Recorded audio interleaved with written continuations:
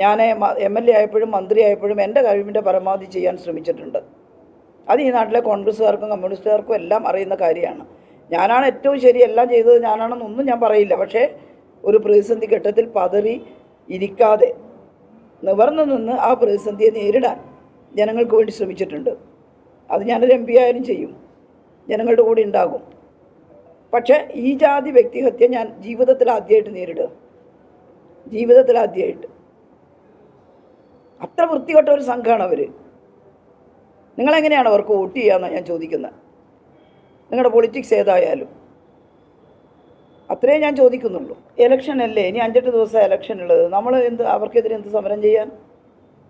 ആർക്കെതിരെ സമരം ചെയ്യാൻ? ഈ ഒരു ഗൂഢസംഘത്തിനെതിരായിട്ടോ? സമരം ചെയ്യുന്ന നമുക്കും ഇല്ല ഒരു അന്തസ്. അവർക്കെതിരെ ഒരു സമരമോ? അവരാരാ അങ്ങനെ സമരം ചെയ്യാൻ? എനിക്ക് പറയാനുള്ളത് ജനങ്ങളോട് മാത്രമാണ്. ഇത് ശരിയാണോ എന്ന് ജനങ്ങൾ ചിന്തിക്കട്ടെ. അപ്പോൾ നിങ്ങൾക്കെല്ലാം അറിയാം, വടകര പാർലമെൻറ്റ് മണ്ഡലത്തിൽ മത്സരിക്കുന്ന ഇടതുപക്ഷ ജനാധിപത്യ മുന്നണിയുടെ സ്ഥാനാർത്ഥിയാണ് ശൈലജ ടീച്ചർ. ഞാൻ ഇന്നീ പത്രസമ്മേളനം നടത്തിയത് ഒരു സ്ഥാനാർത്ഥി എന്നുള്ള നിലയിൽ എന്നെ തുടർച്ചയായി വ്യക്തിഹത്യ ചെയ്തുകൊണ്ട് UDFൻ്റെ സ്ഥാനാർത്ഥിയും അവരുടെ മീഡിയ വിങ്ങും നിരന്തരമായിട്ട് ആക്ഷേപം ചൊരിഞ്ഞുകൊണ്ടിരിക്കുകയാണ്. ഈ വടകര പാർലമെൻറ്റ് മണ്ഡലത്തിൽ ഇടതുപക്ഷ ജനാധിപത്യ മുന്നണി വിജയിക്കും, എനിക്കതിൽ യാതൊരു സംശയവുമില്ല. ജനങ്ങൾ വൻതോതിൽ കൂടുതൽ അനുകൂലമായി പ്രതികരിച്ചുകൊണ്ടിരിക്കുന്നുണ്ട്. അതിൽ വിരളി പൂണ്ടിട്ടായിരിക്കണം എന്നെ തേജോവധം ചെയ്യുക എന്നത് സ്ഥിരം സ്വഭാവമാക്കിയിട്ട് മാറ്റിയിരിക്കുകയാണ്. ഇലക്ഷൻ കമ്മീഷന് മുമ്പാകെ ഇതൊരു കുറ്റകൃത്യമാണെന്ന് അവർക്കറിയാം. പക്ഷേ നിരവധി തവണ ഇങ്ങനെ വരുന്ന കാര്യങ്ങൾ പ്രസിദ്ധപ്പെടുത്തിയിട്ടും അതിന് ഞാൻ മറുപടി പറഞ്ഞിട്ടും അതെല്ലാം തന്നെ മാറ്റി പുതിയ ചില പ്രഖ്യാപനങ്ങളുമായിട്ട് ചില സന്ദേശങ്ങൾ, വീഡിയോ ക്ലിപ്പുകൾ ഒക്കെ ആയിട്ട് വരികയാണ്. ഇങ്ങനെയുള്ള വ്യാജ വീഡിയോ ക്ലിപ്പുകൾ ഉണ്ടാക്കാൻ ഒരു പ്രത്യേക സംഘം തന്നെ ഉണ്ടെന്നാണ് എനിക്ക് മനസ്സിലായിട്ടുള്ളത്. യാതൊരു ധാർമ്മികതയുമില്ലാത്ത പെരുമാറ്റമാണ് UDFൻ്റെ ഭാഗത്തു നിന്നുണ്ടാകുന്നത് എന്ന് എൻ്റെ പ്രിയപ്പെട്ട വോട്ടർമാരുടെ മുമ്പാകെ പറയുന്നതിന് വേണ്ടിയാണ് ഞാൻ ഈ പത്രസമ്മേളനം നടത്തുന്നത്. ഇവരുടെ അതിൽ UDFലെ എല്ലാവരും ഇതിൽ കുറ്റക്കാരാണെന്ന് ഞാൻ പറയില്ല. കാരണം അതിനകത്തും ആത്മാഭിമാനമുള്ള അന്തസ്സുള്ള ഒരുപാട് ആളുകളുണ്ടല്ലോ. അവരും പ്രതികരിക്കണമെന്ന് ഞാൻ അപേക്ഷിക്കുകയാണ് തുടക്കത്തിൽ. ഇതിൽ എൻ്റെ വടകര KL18 എന്ന ഒരു ഇൻസ്റ്റഗ്രാം പേജിൽ നിരന്തരമായി ഫേക്ക് വീഡിയോകൾ, വൃത്തികെട്ട പോസ്റ്ററുകൾ ഇതൊക്കെ വരികയാണ്. ആദ്യം തന്നെ ചെയ്തത് ഒരു മോശമായിട്ടുള്ളൊരു ചിത്രം, ഒരു പൊർണോ ചിത്രത്തിൻ്റെ തല മാറ്റിയിട്ട് എൻ്റെ തല അവിടെ ചേർത്ത് മോർഫ് ചെയ്തുകൊണ്ട് പേജുകളിൽ എത്തിച്ചു. കുടുംബ പേജുകളിലാണ് അധികം എത്തിക്കുന്നത്. അവരുടെ ധാരണ ഈ കുടുംബത്തിനകത്ത് കക്ഷിരാഷ്ട്രീയ ഭേദമില്ലാതെ ആളുകൾ, പ്രത്യേകിച്ചും സ്ത്രീകളൊക്കെ, ഞാനന്ന് കോവിഡ് നിപ്പയൊക്കെ വന്നപ്പോൾ കൂടെ നിന്ന് പ്രവർത്തിച്ചതൊരു ഓർമ്മയായി സൂക്ഷിക്കുന്നുണ്ട്. വലിയ പ്രയാസം ജനങ്ങൾക്കുണ്ടായപ്പോൾ ആരോഗ്യവകുപ്പ് മന്ത്രി എന്നുള്ള നിലയിൽ എൻ്റെ ഉത്തരവാദിത്തമാണ് ഞാൻ നിർവഹിച്ചത്. ആരും ഭയപ്പെടേണ്ട, ആരോഗ്യവകുപ്പിനെ പൂർണ്ണമായി സജ്ജമാക്കിയിട്ടുണ്ട് എന്ന സന്ദേശമാണ് കൊടുക്കാൻ ഞാൻ ആഗ്രഹിച്ചിരുന്നത്. അതിന് ഫലം ഉണ്ടാവുകയും ചെയ്തിട്ടുണ്ട്. അത് കണ്ട് ഭയന്നിട്ടാവാം, അങ്ങനെ ഒരു സപ്പോർട്ട് എനിക്ക് കിട്ടുന്നു എന്ന് തോന്നിയത് കൊണ്ടാവാം, കുടുംബ പേജുകളിൽ, ഗ്രൂപ്പുകളിൽ ഈ അശ്ലീല ചിത്രം ആദ്യം തന്നെ പ്രചരിപ്പിച്ചു. അത് ഏശിയില്ല. കാരണം എൻ്റെ വേഷഭൂഷാദികളോ എൻ്റെ പെരുമാറ്റമോ അതൊന്നുമായിട്ട് പുലബന്ധമില്ലാത്തതാണെന്ന് ഈ മണ്ഡലത്തിലെ മാത്രമല്ല സംസ്ഥാനത്തിലെ ജനങ്ങൾക്കെല്ലാം അറിയാം. അവരുടെ ഇടയിൽ നിന്ന് തന്നെ അതിന് വിമർശനം ഉണ്ടായി എന്നാണ് ഞാൻ മനസ്സിലാക്കിയത്. അത് കഴിഞ്ഞപ്പോൾ പുതിയ ചില കാര്യങ്ങളുമായിട്ട് വന്നിരിക്കുകയാണ്. അതിൽ ഏറ്റവും പ്രധാനപ്പെട്ട ഒന്ന്, പാനൂർ നടന്ന ബോംബ് സ്ഫോടനം. അത് ഞങ്ങൾ പറഞ്ഞു അതൊരു ക്രിമിനൽ കുറ്റമാണ് ചെയ്തത്. അതിൽ പാർട്ടിക്കോ ഇടതുപക്ഷ ജനാധിപത്യ മുന്നണിക്കോ ഒരു പങ്കുമില്ല. പങ്കുണ്ടെന്ന് വരുത്താൻ വേണ്ടി അതിലെ ഒരു പ്രതിയുടെ, അമൽ കൃഷ്ണയുടെ കൂടെ ഞാൻ നിൽക്കുന്നു എന്ന മറ്റുള്ളൊരു ഫോട്ടോ തയ്യാറാക്കി പേജുകളിൽ പോസ്റ്റ് ചെയ്തു. പാനൂർ ബോംബ് സ്ഫോടന കേസിലെ പ്രതി അമൽ കൃഷ്ണയോടൊപ്പം ശൈലജ ടീച്ചർ. അപ്പോഴാണ് എന്നെ കൊട്ടിയത്ത് നിന്ന് നൗഫൽ എന്ന് പറഞ്ഞൊരു ചെറുപ്പക്കാരൻ വിളിക്കുന്നത്. നൗഫൽ പറഞ്ഞു, ടീച്ചർ ഇവിടെ ഒരു പരിപാടിക്ക് വന്നപ്പോൾ ടീച്ചറിൻ്റെ കൂടെ ഒരു ഫോട്ടോ എടുത്തിരുന്നു. അത് വ്യാപകമായി അമൽ കൃഷ്ണയാണ് കൂടെ നിൽക്കുന്നത് എന്ന മട്ടിൽ പ്രചരിപ്പിക്കുന്നു എന്ന് പറഞ്ഞിട്ട് അപ്പോഴാണ് എൻ്റെ ശ്രദ്ധയപ്പെടുന്നത്. ഞാൻ നോക്കുമ്പോൾ അത് നൗഫൽ കുട്ടിയാണ്, അത് അമൽ കൃഷ്ണയാണെന്നും പറഞ്ഞ് വ്യാപകമായി. ഇതിപ്പം എല്ലാവർക്കൊന്നും നൗഫൽ കൊട്ടിയതിനും അമൽ കൃഷ്ണനൊന്നും അറിയില്ലല്ലോ. 10 പേര് വിശ്വസിച്ചാലായി എന്ന മട്ടിൽ അത് പ്രചരിപ്പിച്ചു. നൗഫൽ തന്നെ അതിനെതിരായിട്ട് പരാതി കൊടുക്കുമെന്നാണ് എന്നോട് പറഞ്ഞത്. കൊടുത്തിട്ടുണ്ടാവുമെന്ന് ഞാൻ വിശ്വസിക്കുന്നു. അപ്പോൾ അത് തികച്ചും തെറ്റായിട്ടുള്ളൊരു കാര്യമാണ്. അങ്ങനെ ഒരു ഫോട്ടോ കുറച്ച് നാൾ പ്രചരിപ്പിച്ചു. പിന്നീട് ഞാൻ നടത്തിയ ഒരു സെമിനാറിലെ പ്രസംഗം, ഞാൻ വളരെ വ്യക്തമായിട്ട് പറഞ്ഞ കാര്യങ്ങൾ, അത് തന്നെ ഞാൻ റിപ്പോർട്ടർ ചാനലിൽ ഡോക്ടർ അരുൺ കുമാർ നടത്തിയൊരു ഇൻ്റർവ്യൂവിൽ വ്യക്തമായിട്ട് എൻ്റെ അഭിപ്രായം പറഞ്ഞു. ഞാനതിൽ പ്രവാചകനെ കുറിച്ചൊക്കെ പറഞ്ഞിട്ടുണ്ട്, യേശു ക്രിസ്തുവിനെ കുറിച്ചും പറയാറുണ്ട്. പ്രവാചകനും യേശു ക്രിസ്തുവും ഒക്കെ അവർ ജീവിച്ചിരുന്ന നൂറ്റാണ്ടുകളിൽ പാവപ്പെട്ടവർക്ക് വേണ്ടി പോരാട്ടം നടത്തിയവരാണ്. ഇരുളാണ്ട സമൂഹത്തിൽ വെളിച്ചം പകർത്തിയവരാണ്. പ്രവാചകനെ കുറിച്ച് പറയുമ്പോൾ ഞാൻ ആ വാചകമാണ് ഉപയോഗിച്ചത്. 6-ാം നൂറ്റാണ്ടിൽ ഇരുളാണ്ട് കിടന്ന അജ്ഞത നിറഞ്ഞ ഒരു സമൂഹത്തിനകത്ത് അറിവിൻ്റെ വെളിച്ചം പകർന്നു കൊടുത്തയാളാണ് മുഹമ്മദ് നബി. എന്നിട്ട് ഞാൻ പറയുകയും ചെയ്തു, സ്ത്രീകളെയൊക്കെ വല്ലാതെ ഇകഴ്ത്തിയിരുന്ന അറിവില്ലാതിരുന്ന സമൂഹത്തിൽ മുഹമ്മദ് നബി പറഞ്ഞത്, ഈ ഭൂമിയിൽ ധർമ്മനിഷ്ഠമായ ജീവിതം നയിക്കുന്ന സ്ത്രീക്കും പുരുഷനും അല്ലാഹു ഒരേപോലെ പ്രതിഫലം കരുതി വെച്ചിട്ടുണ്ട് എന്നാണ്. ഇതിലെന്താ തെറ്റ്? അതിലൊരു വാചകം പറഞ്ഞിരുന്നു, അന്നത്തെ പണ്ഡിതന്മാരെന്ന് ഭാവിക്കുന്ന ചിലർ സ്ത്രീകളെ ഇകഴ്ത്തി സംസാരിക്കുമായിരുന്നു. അതിനെയാണ് പ്രവാചകൻ ഖണ്ഡിച്ചത്. അപ്പോൾ പ്രവാചകൻ തെറ്റായി പെരുമാറുന്നവരെ തിരുത്തി എന്ന് പറയുന്നതിന് പകരം പണ്ഡിതന്മാർ ഇങ്ങനെ പറഞ്ഞു എന്ന് ശൈലജ ടീച്ചർ. അപ്പോൾ അത് കേട്ടാൽ ഞാനെന്തോ മോശമായിട്ട് പറഞ്ഞു എന്നുള്ള അർത്ഥം വരണം.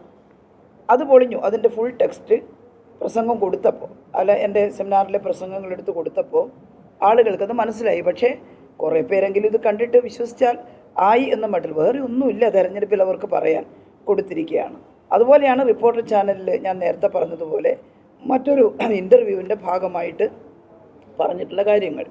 ഞാൻ പറഞ്ഞു, കേന്ദ്ര ഗവൺമെൻറ് മതന്യൂനപക്ഷങ്ങൾക്കും ദളിതർക്കൊക്കെ എതിരായി നടത്തുന്ന പ്രവർത്തനം അത് ശരിയല്ല.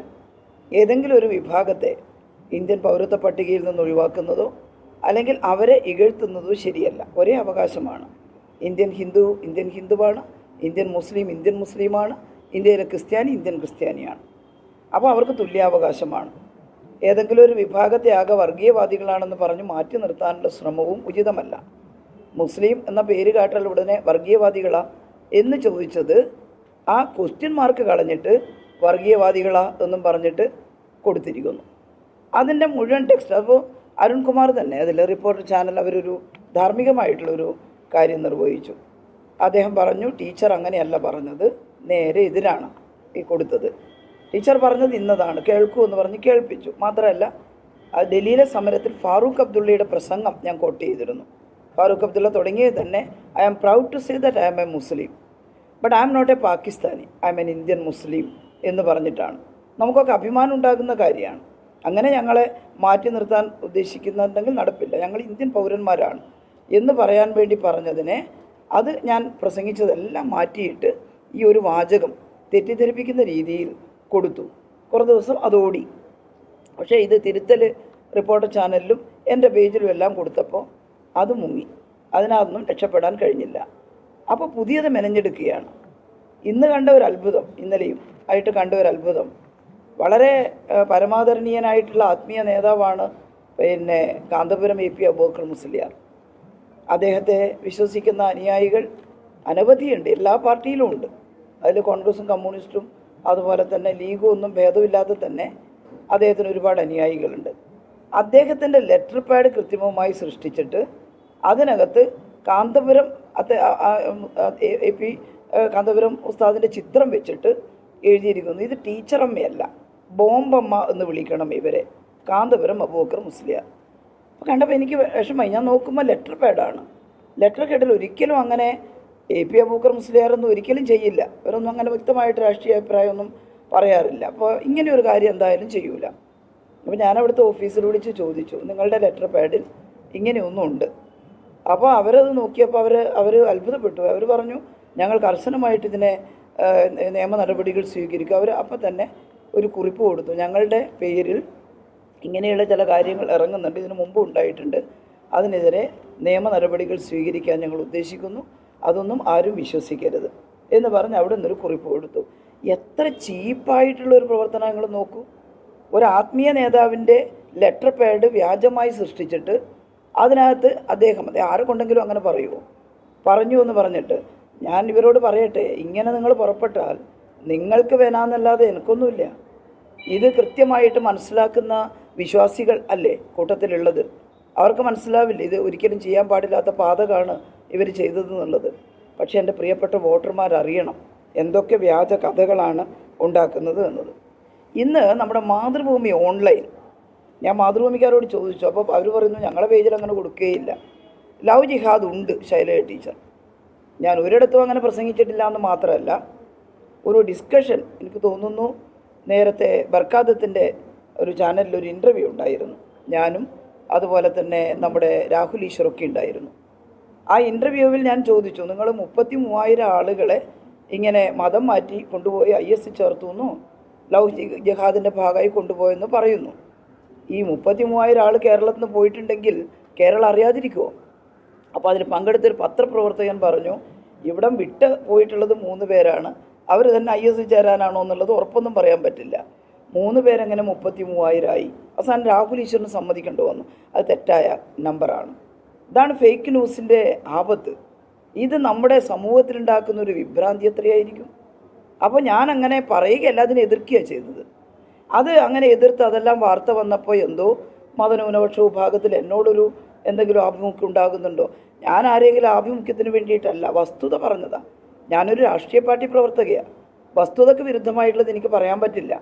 അപ്പോൾ വസ്തുത അനുസരിച്ച് പറഞ്ഞപ്പോൾ അതിനെ എങ്ങനെയാണ് കൗണ്ടർ ചെയ്യുക, എങ്ങനെയാണ് വെറുപ്പുണ്ടാക്കുക ഈ കമ്മ്യൂണിറ്റിയുടെ ഇടയിൽ എന്ന് കരുതിയിട്ടാണ് ലവ് ജിഹാദ് ഉണ്ട് KK ശൈലജ ടീച്ചർ. എവിടെ നിന്ന് കിട്ടുന്നു ഈ വാർത്ത? അപ്പോൾ മാതൃഭൂമി പറയുന്നത് ഞങ്ങളുടെ ഓൺലൈനിൽ അങ്ങനെ ഞങ്ങൾ കൊടുത്തിട്ടേ ഇല്ല. അപ്പോൾ മാതൃഭൂമി ഓൺലൈനിൻ്റെ അഡ്രസ്സ് അല്ലെങ്കിൽ അതിൻ്റെ പേജ് പിന്നെ എങ്ങനെയാണ് അവർ വ്യാജമായിട്ടുണ്ടാക്കുന്നത്? മാതൃഭൂമി പരാതി കൊടുക്കുന്നുണ്ട്, കൊടുക്കട്ടെ. പക്ഷേ ഞാൻ ഇലക്ഷൻ കമ്മീഷന് പരാതി കൊടുക്കും. മുമ്പൊരു വ്യാജ വാർത്ത കൊടുത്തിട്ട് മാതൃഭൂമിയോട് ഞാൻ വിളിച്ച് പറഞ്ഞിട്ട് അവരത് ലീഗൽ ആക്ഷൻ എടുക്കുമെന്ന് പറഞ്ഞ് പത്രത്തിൽ കൊടുത്തിരുന്നു, കുറിപ്പ് കൊടുത്തിരുന്നു. ഞങ്ങളല്ല, ഞങ്ങളുടെ ഓൺലൈനിൽ അങ്ങനെ ഞങ്ങൾ കൊടുത്തിട്ടില്ല. ഈ ഓൺലൈൻ പേജിൻ്റെ ആ പേജ് കാണിച്ചുകൊണ്ട് തന്നെ മാതൃഭൂമിയുടേതെന്ന് പറഞ്ഞൊരു വാർത്ത കൊടുത്തിരുന്നു. അപ്പോൾ അത് പിന്നീട് കുറച്ച് ദിവസത്തേക്ക് പിന്നെ വന്നിട്ടില്ല. അവർ ലീഗൽ ആക്ഷൻ എടുക്കുമെന്ന് പറഞ്ഞപ്പോൾ ഇപ്പോൾ ഈ ഒരു എന്താ പറയേണ്ടതൊരു ഒരു ഈ സംഘത്തിൻ്റെ എനിക്കറിയില്ല. ഇത് എതിർ സ്ഥാനാർത്ഥിയുടെ അറിവോടെ അല്ല എന്ന് പറഞ്ഞാൽ ഞാൻ വിശ്വസിക്കില്ല. ഓരോന്ന് വരുമ്പോഴും എതിർ സ്ഥാനാർത്ഥി ഞാനറിയില്ല എന്ന് പറയുന്നുണ്ട്. വളരെ നിഷ്കളങ്കനായി ഭാവിച്ചിട്ട് ഇങ്ങനെ പറയുന്നതിന് പകരം ഇത്തരം വാർത്ത കൊടുക്കുന്ന ആളുകളെ നിരുത്സാഹപ്പെടുത്തണ്ടേ? അത് തടയണ്ടേ? ഇതാണോ രാഷ്ട്രീയ ധാർമ്മികത? അത് വളരെ വളരെ അപകടകരമായിട്ടുള്ള ഒരു കാര്യമാണ്. മറ്റൊന്നുള്ളത്, ഞാൻ ആരോഗ്യമന്ത്രിയായിട്ട് 2 മാസം കഴിയുമ്പോൾ 2016 എറണാകുളം മെഡിക്കൽ കോളേജിൽ ഷംന എന്ന് പറയുന്ന ഒരു മെഡിക്കൽ വിദ്യാർത്ഥിനി മരണപ്പെട്ടിരുന്നു. ഷംനയാണെങ്കിൽ എൻ്റെ ഏറ്റവും പ്രിയപ്പെട്ട മമ്മൂട്ടിയുടെ മകളാണ്. ഞങ്ങളുടെ നാട്ടിലാണ്, ഞങ്ങളുടെ ശിവപുരത്താണ്. ആ ശിവപുരം എന്ന് പറയുന്നത് ലീഗിൻ്റെ ശക്തി കേന്ദ്രം. അവിടെ ആകെ 2 കമ്മ്യൂണിസ്റ്റുകാരാണ് ഉണ്ടായിരുന്നത്, അതിലൊന്ന് മമ്മൂട്ടിയാണ്. മമ്മൂട്ടി രാഷ്ട്രീയം പറഞ്ഞ് തർക്കിച്ച് പാർട്ടിക്ക് വേണ്ടി ഇടപെടുന്ന അത്യധികം ആവേശമുള്ള ഒരാളാണ്. ഞാൻ എന്ന് വെച്ചാൽ മമ്മൂട്ടിക്ക് വലിയ ഇഷ്ടമുള്ള ഒരാളാണ്. എൻ്റെ സഹപാഠി എന്നൊക്കെ പറഞ്ഞിട്ടാണ് കൊടുത്തത്. എൻ്റെ സഹപാഠിയൊന്നുമല്ല, ഞാൻ പഠിപ്പിക്കുമ്പം മമ്മൂട്ടി സ്കൂളിൽ, പക്ഷേ മമ്മൂട്ടീനെ പഠിപ്പിച്ചിട്ടില്ല, കുറച്ചും കൂടി സീനിയറാണ് അയാൾ കുട്ടികളുടെ കൂട്ടത്തിൽ. ഞാൻ താഴെ പഠിപ്പിക്കുന്ന സമയത്താണ് കുട്ടി അവിടെ ഉണ്ടായിരുന്നതെന്ന് തോന്നുന്നു. അപ്പോൾ ഞാൻ വന്ന് 2 മാസമേ ആയിട്ടുള്ളൂ ആരോഗ്യമന്ത്രിയായിട്ട്. അപ്പോഴാണ് മെഡിക്കൽ കോളേജിലെ വിദ്യാർത്ഥിനി ഒരു ഫിറ്റ്സ് വന്ന് അപസ്മാര ബാധയുണ്ടായിട്ട് അവിടെ വെച്ച് മരിച്ചുപോയി. അപ്പോൾ ആകെ സങ്കടമായി. മമ്മൂട്ടി എന്നോട് വിളിച്ച് പറഞ്ഞു, ടീച്ചർ എൻ്റെ മോള് ഒറ്റയൊരു മോളാണ്, ഒരേ ഒരു മകളെ MBBS പൂർത്തിയാക്കാൻ നോക്കുമ്പോൾ ആ മകളെ നഷ്ടപ്പെട്ട അച്ഛൻ്റെ വേദന മനസ്സിലാക്കാൻ കഴിയാത്ത ഒരാളല്ല ഞാൻ. മമ്മൂട്ടി ആകെ വല്ലാത്ത മാനസികാവസ്ഥയിലായിരുന്നു. എന്നെ വിളിച്ചിട്ട് പറഞ്ഞു, ടീച്ചർ കുറ്റവാളികളെ ശിക്ഷിക്കണം. അപ്പോൾ ഞാൻ പറഞ്ഞു, ഉറപ്പായിട്ടും ഞാൻ നോക്കട്ടെ. അപ്പം തന്നെ ഞാൻ വേറൊരു അന്വേഷണത്തിന് പോലും നിൽക്കാതെ അന്വേഷിക്കാൻ വേണ്ടി സസ്പെൻഡ് ചെയ്തു. ഒരു ആരോഗ്യമന്ത്രിക്ക് ചെയ്യാൻ കഴിയുന്നത് എന്താ? ഡോക്ടറെ സസ്പെൻഡ് ചെയ്യുക എന്നുള്ളതാണ്. ഡോക്ടറെ അപ്പാടെ ഡിസ്മിസ് ചെയ്യാനോ പിരിച്ചുവിടാനൊന്നും ആരോഗ്യമന്ത്രിക്ക് അധികാരമില്ല. മാറ്റി നിർത്തി അന്വേഷണം നടത്തുക. മാറ്റി നിർത്തി സസ്പെൻഡ് ചെയ്തു. അന്ന് ഡ്യൂട്ടിയിലുണ്ടായിരുന്ന ഡോക്ടറെ ഡോക്ടർമാരെല്ലാം വിളിച്ച് പറയുന്നുണ്ട്, ഞങ്ങളെ കുറ്റമല്ല, പെട്ടെന്ന് അപസ്മാരം വന്നു, ഞങ്ങൾ ശ്രദ്ധിച്ചു, പിന്നെ അഡ്മിറ്റാക്കിയ റൂമിലായിരുന്നില്ല കുട്ടി, അപ്പുറത്തെ റൂമിൽ പോയി കിടന്നു. പിന്നെ എന്നാൽ അതൊന്നും ഞാൻ മുഖവിലൊക്കെ എടുത്തിട്ടില്ല. ഞാൻ അന്ന് ഡ്യൂട്ടിയിലുണ്ടായിരുന്ന ഡോക്ടറെ അപ്പോൾ സസ്പെൻഡ് ചെയ്തു. എന്നിട്ട് ആരോഗ്യ വകുപ്പിൻ്റെ അന്വേഷണവും പ്രഖ്യാപിച്ചു, മെഡിക്കൽ എഡ്യൂക്കേഷൻ ഡിപ്പാർട്ട്മെൻറ്റിൻ്റെ അന്വേഷണവും പ്രഖ്യാപിച്ചു. മാത്രമല്ല, ഇത് സംബന്ധിച്ചിട്ടുള്ള റിപ്പോർട്ട് ഞങ്ങൾ കൊടുത്തതനുസരിച്ച് പോലീസിലും കേസ് വന്നു. പോലീസ് കേസ് ഫയൽ ചെയ്യാൻ കുടുംബത്തോടും പറഞ്ഞിരുന്നു. കേസന്വേഷണം നടന്നു. ഇപ്പോൾ കേസ് കോടതിയിൽ നിൽക്കുകയാണ്. സസ്പെൻഷന് വിധേയമായ ആളെ ഒരു പീരീഡ് കഴിയുമ്പോൾ തിരിച്ചെടുക്കണം, അതാണ് അവരുടെ റൈറ്റാണത്. അങ്ങനെ തിരിച്ചെടുത്തപ്പോൾ വീണ്ടും മമ്മൂട്ടിക്ക് വിഷമായി. എന്നോട് എന്നിട്ട് പറഞ്ഞ് ഇത്രയും വലിയ കുറ്റകൃത്യം ചെയ്തിട്ട് തിരിച്ചെടുത്തല്ലോ. അപ്പം ഞാൻ വീണ്ടും ഈ അന്വേഷണം ഒന്നും കൂടി വിപുലമായിട്ട് അന്വേഷണം നടത്തണം. അത്ര ദുഃഖകരമായ അവസ്ഥയാണ് മമ്മൂട്ടിയെ സംബന്ധിച്ചിടത്തോളം. വീണ്ടും അയാളെ മാറ്റി നിർത്തി. സാധാരണ പതിവുള്ളതല്ല. വീണ്ടും ആ ഡോക്ടറെ മാറ്റി നിർത്തിയിട്ട് ഒന്നുകൂടി വിശദമായിട്ട് അന്വേഷണം നടത്തണം എന്ന് പറഞ്ഞതിൻ്റെ ഭാഗമായി കൂടുതൽ വിശദമായ അന്വേഷണം, കുറച്ചും കൂടി ഉയർന്ന ടീമിനെ കൂടി നിശ്ചയിച്ചുകൊണ്ട് അന്വേഷണം നടത്താൻ തീരുമാനിച്ചു. അങ്ങനെയാണ് അതുണ്ടായത്.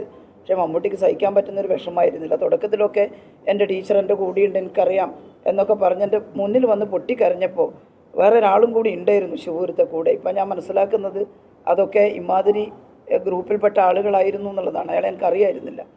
ഞാൻ പറഞ്ഞു, മമ്മൂട്ടി ഇനി ഇങ്ങനെ കരയല്ല, നഷ്ടപ്പെട്ട് നമുക്ക് തിരിച്ചു കിട്ടില്ലല്ലോ.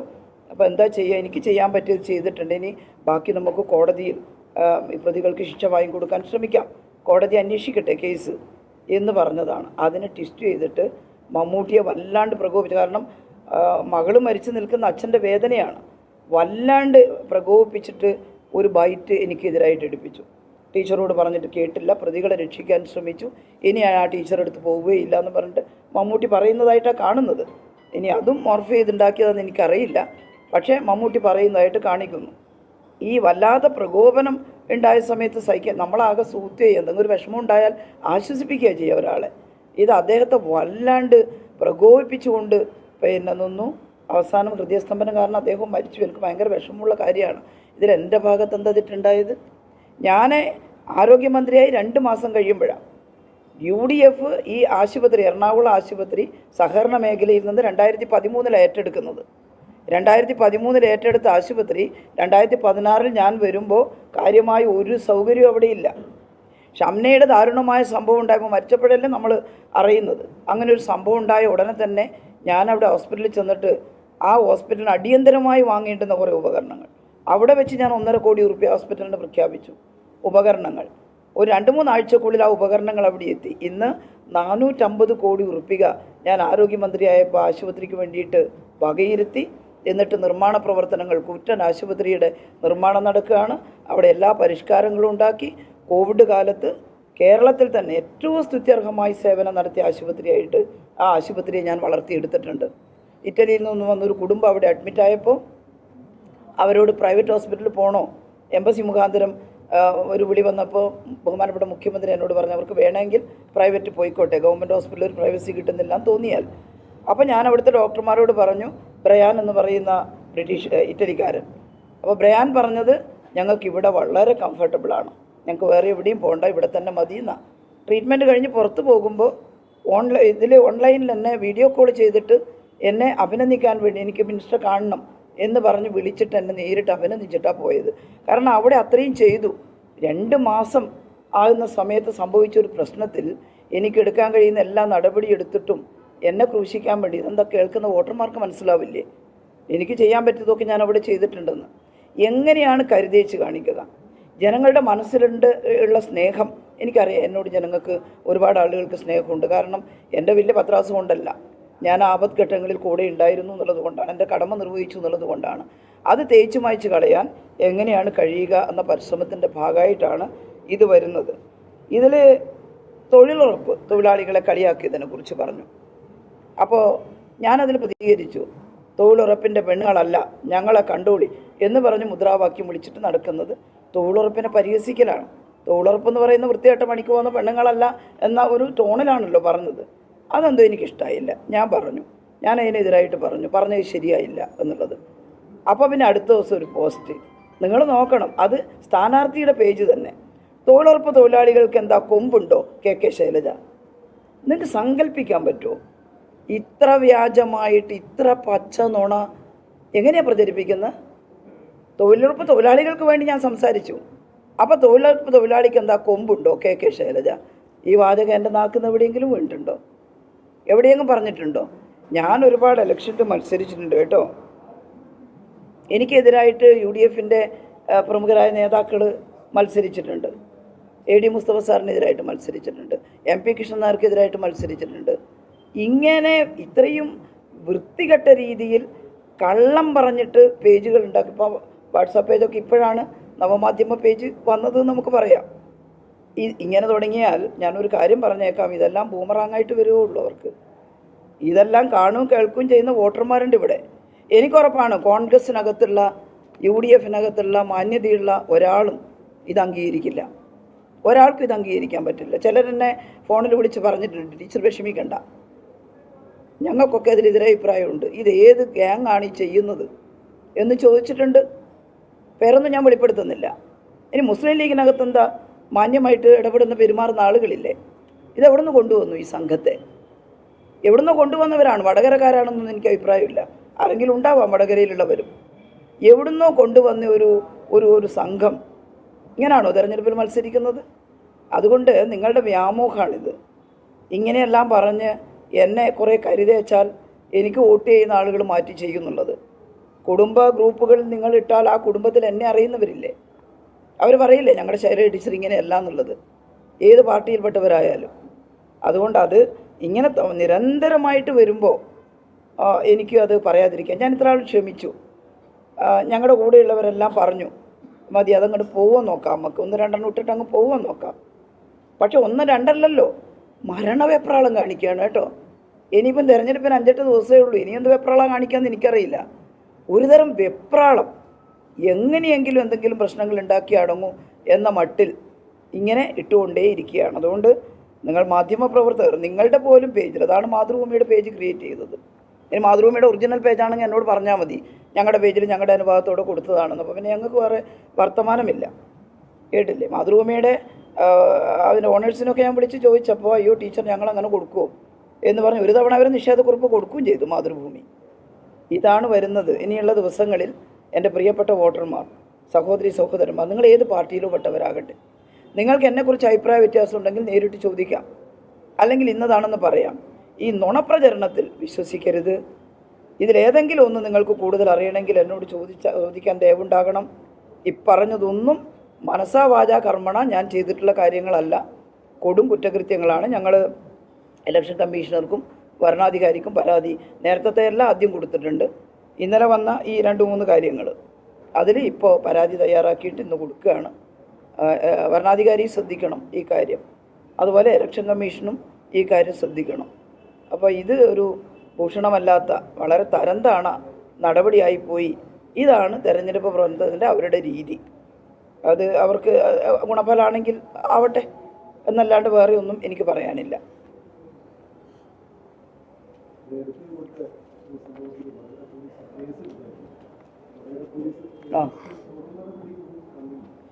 സാധാരണയായിട്ട് പോലീസ് കേസ് വരുമ്പം അതിൻ്റെ ഒരു നടപടിക്രമമുണ്ടല്ലോ, അവരുടെ അന്വേഷണവും കാര്യമായിട്ട്. അങ്ങനെയാണല്ലോ ഒരു സാവകാശത്തിൽ അങ്ങനെ വരുമെന്നാണ് വിശ്വസിക്കുന്നത്. പക്ഷേ വളരെ പെട്ടെന്ന് തന്നെ നടപടി ഉണ്ടാകേണ്ടതാണ്. മാത്രമല്ല വരണാധികാരിയും ഇലക്ഷൻ കമ്മീഷനും ഈ കാര്യം ശ്രദ്ധിക്കണം. ഇത് ഒരു എതിർ സ്ഥാനാർത്ഥിയെ വ്യക്തിഹത്യ ചെയ്യാൻ പാടില്ല എന്ന് ഇലക്ഷൻ മാനുവലിലുണ്ട്. അത് വെച്ചിട്ട് ഇങ്ങനെ ചെയ്തവർക്കെതിരെ ശക്തമായിട്ടൊരു പേജിൻ്റെ പേരൊക്കെ പറയുന്നുണ്ടല്ലോ, അതും ഫേക്കാണോ എന്ന് എനിക്കറിയില്ല. എൻ്റെ വടകര KL18 അല്ലേ എന്ന് പറയുന്ന ഒരു ഇൻസ്റ്റാഗ്രാം പേജുണ്ട്. വേറെ എന്തെല്ലോ പേരുള്ള. പിന്നെ എൻ്റെ പോസ്റ്റിൻ്റെ അടിയിൽ വന്നിട്ട് ശുദ്ധ തെറി എഴുതുക, കേട്ടാലറക്കുന്ന തെറി. പിന്നെ ഞാൻ എന്തെങ്കിലും ഒരു പോസ്റ്റ് ഇട്ടാൽ എതിരഭിപ്രായം എഴുതാം, അതിനൊന്നും വിരോധമില്ല. നിങ്ങൾ പറയുന്നത് ശരിയല്ല, നിങ്ങൾ അങ്ങനെയാണെന്ന് പറഞ്ഞ് പോസ്റ്റ് ഇടാൻ അവർക്ക് അവകാശമുണ്ട്. പക്ഷേ കേട്ടാലറക്കുന്ന തെറിക്ക് വേണ്ടി ഒരു സംഘത്തെ കൊണ്ടുവന്നിരിക്കുക എവിടുന്നോ. പിന്നെ ഞാനിതിലൊന്നും അതിശയപ്പെടുന്നില്ല കേട്ടോ, ഇത് ഞാൻ പ്രതീക്ഷിച്ചതാണ്. ഇതേ ഉണ്ടാവുള്ളൂ ഇവരിൽ നിന്നുള്ളത്. പക്ഷെ അത് ശരിയാണെന്ന് ഇപ്പോൾ തെളിയിച്ചു. അതാണ് എനിക്ക് പറയാനുള്ളത്. ഓക്കെ, ഇന്ന് തയ്യാറാക്കിയിട്ടുണ്ട്. നാളെ രാവിലെ കൊടുക്കും.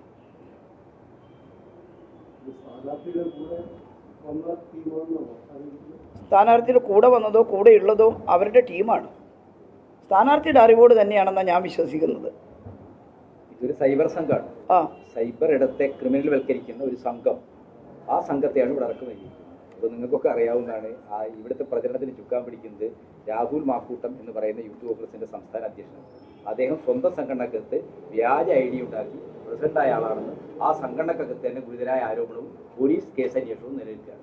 അതൊക്കെ അതിനകത്തുള്ള ചെറുപ്പക്കാർ തന്നെ പറയുന്നുണ്ടാവും. ഒന്നും ഞാനിവിടെ പാർട്ടി പറയണ്ടല്ലോ. അങ്ങനെ അഭിപ്രായം അതിനകത്ത് തന്നെ ഉണ്ട്. അത് എനിക്കെതിരെ പ്രയോഗിക്കാൻ വന്നതുകൊണ്ടാണ് ഞാൻ പറഞ്ഞത്. അവരുടെ സംഘടനക്കകത്ത് അവരെന്തോ ചെയ്യട്ടെ, അവർ പ്രതിഷേധിക്കാതിരിക്കുകയോ ചെയ്യട്ടെ. ഞാൻ അതുകൊണ്ടാണ് പറഞ്ഞത് ഇവരിൽ നിന്ന് ഇതാണ് പ്രതീക്ഷിച്ചിരുന്നത്. പക്ഷേ ഞാൻ വിചാരിച്ചൊരു സ്ഥാനാർത്ഥിയൊക്കെ ആകുമ്പോൾ അതിൻ്റെ ഒരു അന്തസ്സിലാണല്ലോ പെരുമാറുക. അങ്ങനെ പ്രതീക്ഷിച്ചത് തെറ്റി. ഞാൻ ആദ്യം വിചാരിച്ചത് തന്നെ ശരിയാണെന്ന് ഇപ്പോൾ തെളിഞ്ഞു.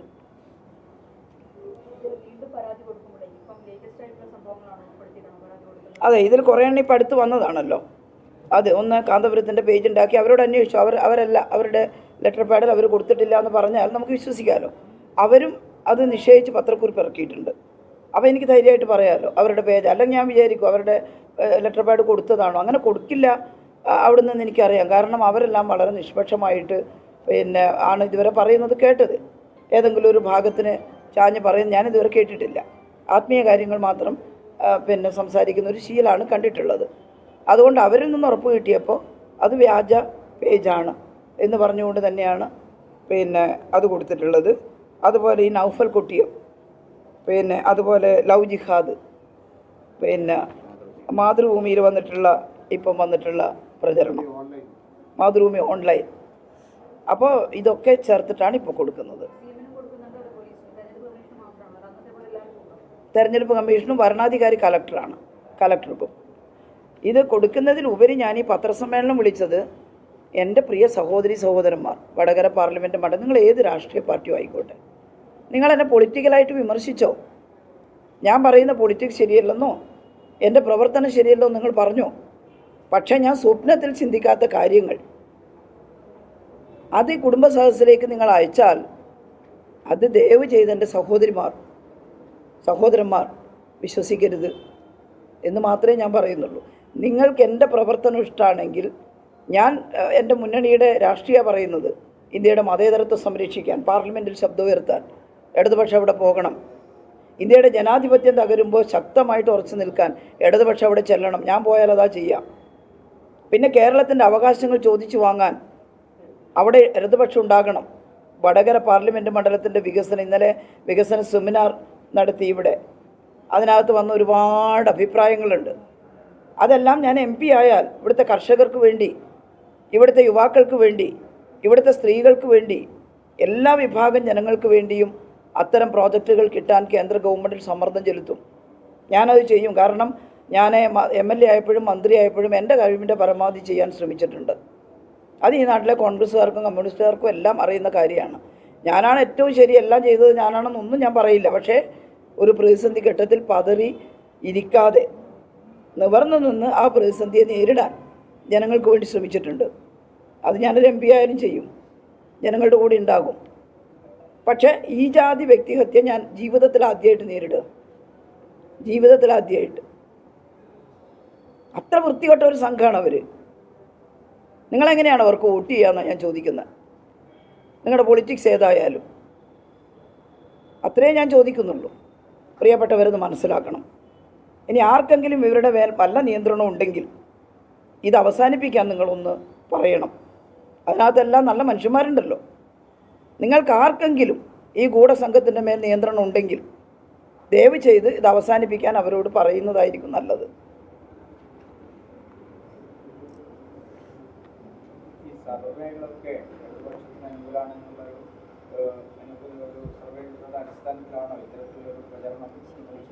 എന്തോ ഒരു വരളി പിടിച്ചിട്ടാണ്, എനിക്കറിയില്ല.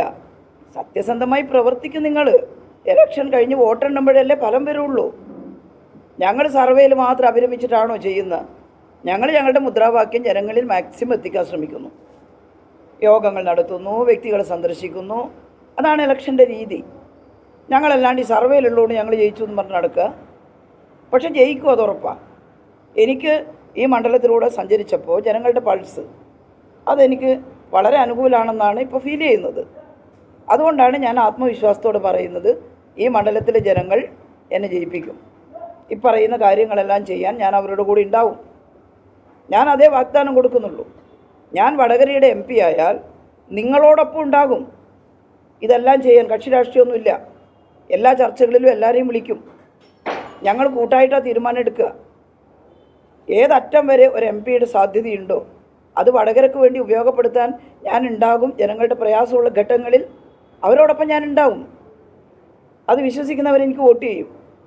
അല്ലാതെ സർവേയിൽ കണ്ടുകൊണ്ട് മാത്രം ഞാൻ ജയിച്ചു എന്നല്ല ഞാൻ പറയുന്നത്.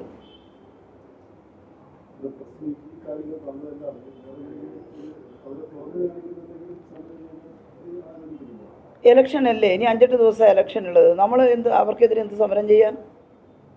ആർക്കെതിരെ സമരം ചെയ്യാൻ? ഈ ഒരു ഗൂഢസംഘത്തിനെതിരായിട്ടോ? സമരം ചെയ്യുന്ന നമുക്കുമില്ല ഒരു അന്തസ്സ്. അവർക്കെതിരെ ഒരു സമരമോ?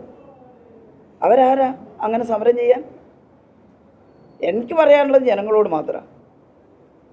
ഇത് ശരിയാണോ എന്ന് ജനങ്ങൾ ചിന്തിക്കട്ടെ. ഓക്കെ.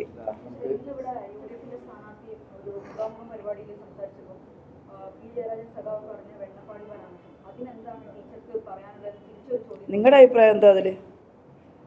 മിഥുല, സാധാരണ പ്രയോഗിക്കുന്ന ക്രിമി ലെയർ എന്നൊരു പദമുണ്ടല്ലോ സമൂഹത്തിൽ, അത് ചീത്തവാക്കാ? സാമ്പത്തിക സംജ്ഞയാണ്. അതായത് ഈ തൊഴിലുറപ്പ് പാടുപെട്ട് വെയിലത്ത് പണിയെടുക്കുന്ന സ്ത്രീകളുടെ മനോവേദന മനസ്സിലാക്കാൻ നിങ്ങൾക്ക് കഴിയില്ല. ആ മുദ്രാവാക്യം വിളിച്ചതിലധികവും ഒരു വെണ്ണപ്പാടി സംഘമായിരുന്നു എന്ന് പറഞ്ഞാൽ എന്താ? ചീത്തവാക്ക? ക്രിമി ലെയറാണ്. ജീവിതത്തിൻ്റെ സൗഭാഗ്യങ്ങൾ അനുഭവിക്കാൻ കഴിയുന്ന ഒരു സംഘത്തിനെ തൊഴിലുറപ്പിൻ്റെ പെണ്ണുങ്ങളല്ല എന്ന് പരിഹസിക്കാൻ പറ്റുള്ളൂ. വെയിലത്ത് നിന്ന് പണിയെടുക്കുന്ന അധ്വാനിക്കുന്ന ആ പാവപ്പെട്ട സ്ത്രീകളെ, അതിൽ ഹിന്ദു ഉണ്ട്, മുസ്ലിം ഉണ്ട്, ക്രിസ്ത്യാനി ഉണ്ട്, എല്ലാം ഉണ്ട് കേട്ടോ. അവരെ ഇത് ഞങ്ങൾ തൊഴിലുറപ്പിൻ്റെ പെണ്ണുങ്ങളല്ല, ഞങ്ങളെ കണ്ടോളി എന്ന് പറയാൻ അതൊരു ഫ്യൂഡൽ മനോഭാവത്തിൻ്റെ ഭാഗമായിട്ടേ കഴിയുള്ളൂ. അതിൽ ക്രിമി ലെയറായിട്ടുള്ള ആളുകളാണ് അങ്ങനെ പറഞ്ഞത്. പാവപ്പെട്ട സ്ത്രീകൾ, തൊഴിലെടുക്കുന്ന സ്ത്രീകളല്ല എന്നല്ലേ പറഞ്ഞതിൻ്റെ അർത്ഥം. അതൊന്നിനെ ബാലൻസ് ചെയ്യാൻ ഇല്ലാത്ത എന്തെങ്കിലും പറയല. ഓക്കെ.